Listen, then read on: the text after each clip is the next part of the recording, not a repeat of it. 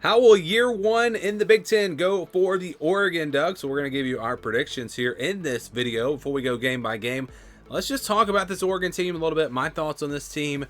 I think this is going to be a really good team. You look at the entire roster, you look at every position group, there really are no weaknesses. They look like they're going to be good at running back, good on the offensive line, good at on the front seven and on the defensive side. But where I really think this team is going to be special, elite, is going to be both in the passing game on offense and then on the pass defense side on defense. I think you look at Dylan Gabriel coming in at quarterback and the receivers that they've got coming back, along with like the addition of Evan Stewart. This passing attack is going to be really, really good. And I think there are a lot of people that are already expecting or predicting Dylan Gabriel to win a Heisman Trophy, and I think he absolutely could do that because, again, I think this passing offense is going to be special. And I think the pass defense is going to be really good as well. You look at their secondary, they are very, very good there. So this is an Oregon team that is, it's one of the few teams that is, in my opinion, a true national championship contender.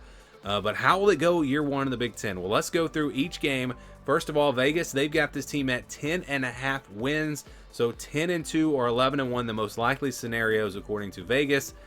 I guess I would agree with that. They've got Ohio State. That's going to be tough. They've got Michigan on the schedule, on the road. Wisconsin on the road. UCLA, Oregon State. It's hard to imagine this team losing more than 2 games, and even 2 games. I think this team should be able to get to at least 11-1 and potentially even go undefeated. Again, they've got Ohio State at home. That's going to be their toughest opponent. They should be favored, I think, in every other game that they play. So let's just go through. I think they start off with Idaho.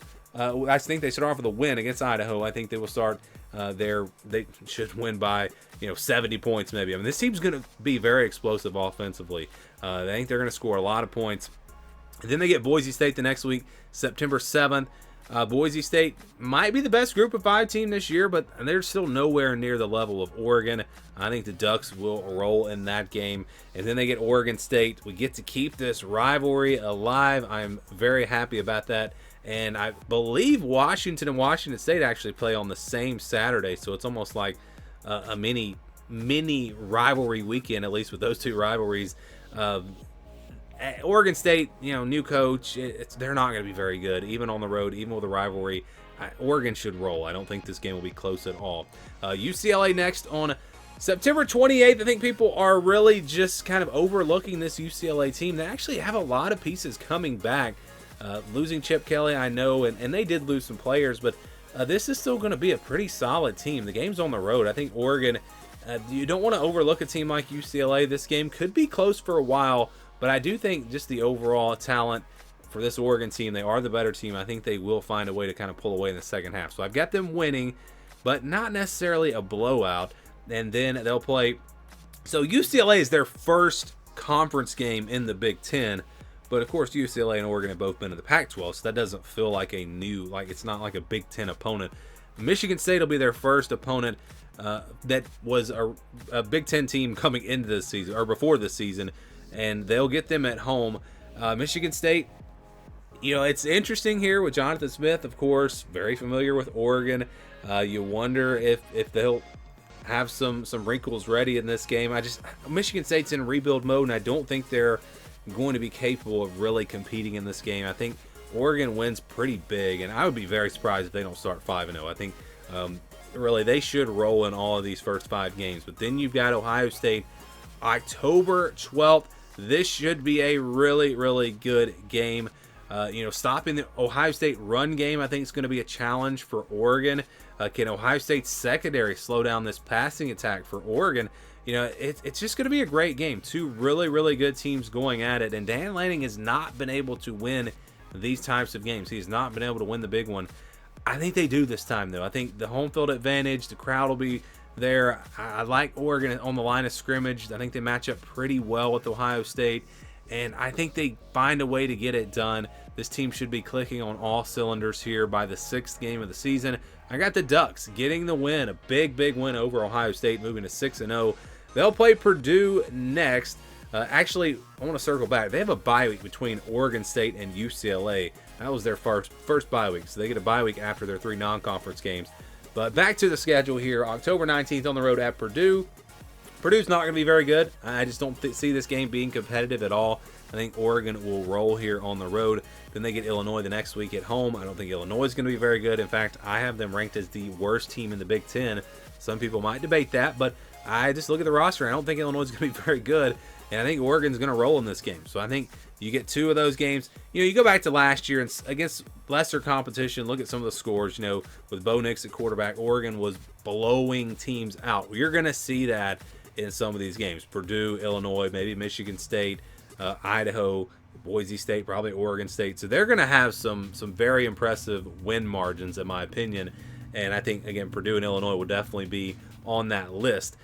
Not so much against Michigan, though. November 2nd on the road at Michigan. This is going to be a really tough one for Oregon. I love this Michigan defense. They're going to be really good. I think they match up pretty well on that side of the ball. But if there is a weakness for Michigan, it's probably in the secondary, and that's the strength for Oregon. So I think Oregon is still going to be able to score in this game. And then you flip that around. Can Michigan score on this Oregon team? The strength for Oregon's defense will be the pass defense. Michigan's really going to want to try to run it. So maybe they have some success there. And I think it's a Michigan team that is playing better by this point in the season. I think maybe they start off, especially offensively, a little slow, but they should be in a decent rhythm by this point. Plus, they have home field advantage, so a lot going for Michigan here, but I don't think it's going to be enough. I think Oregon gets it done. I just think that offense too tough to stop, and I don't see Michigan being able to score enough. I think Oregon goes on the road. They beat Michigan and get to 9-0. Then they'll play Maryland on November 9th at home. Another game where Oregon should be just the clear favorites, a clearly better team.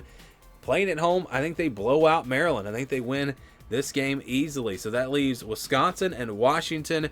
They get a bye week before. Actually, they get their bye week before Washington. So they'll have Wisconsin after Maryland.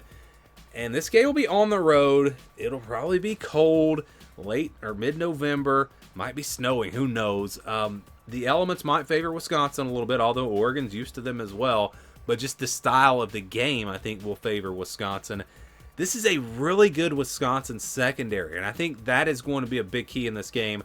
I think they have a chance to maybe slow down this Oregon passing attack, but the question will be, can they slow down the rushing attack for Oregon? Because I think the strength, again, for Wisconsin is going to be their secondary, but maybe not so much, especially on the defensive line. I think Oregon will have an advantage there, but I think it turns into more of a lower scoring game, a slower pace game. Wisconsin's going to try to hold the football.